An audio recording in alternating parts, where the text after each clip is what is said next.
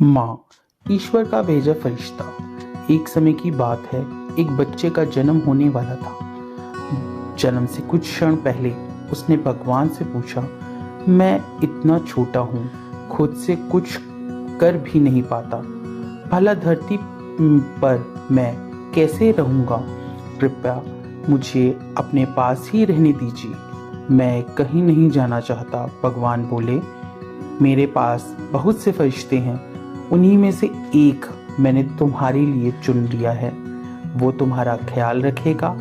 पर आप मुझे बताइए, यहाँ स्वर्ग में मैं कुछ नहीं करता, बस गाता और मुस्कुराता हूँ। मेरे लिए खुश रहने के लिए इतना ही बहुत है।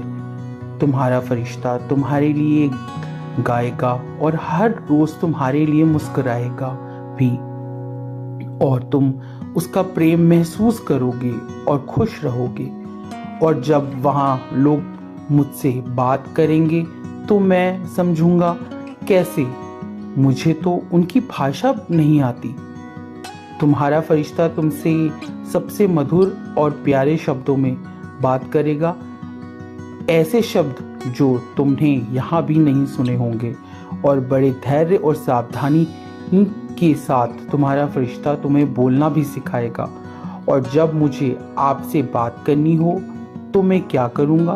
तुम्हारा फरिश्ता तुम्हें हाथ जोड़कर प्रार्थना करना सिखाएगा, और इस तरह तुम मुझसे बात कर सकोगे। मैंने सुना है कि धरती पर बुरे लोग भी होते हैं, उनसे मुझे कौन बचाएगा? तुम्हारा फरिश्ता तुम्हें बचाएगा, भले ही उसकी अपनी जान पर खतरा क्यों ना आ जाए।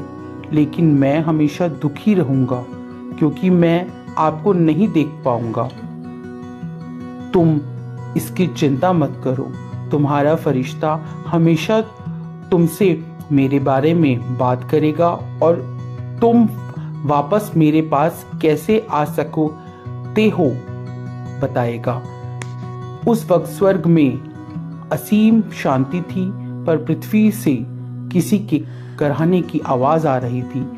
बच्चा समझ नहीं पाया कि अब उसे जाना है, समझ गया कि अब उसे जाना है, और उसने रोते रोते भगवान से पूछा, हे ईश्वर, अब तो मैं जाने वाला हूँ, कृपया मुझे उस फरिश्ते का नाम बता दीजिए।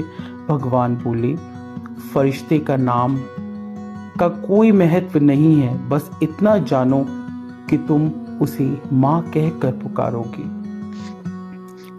प्लीज लाइक कीजिए और सब्सक्राइब कीजिए।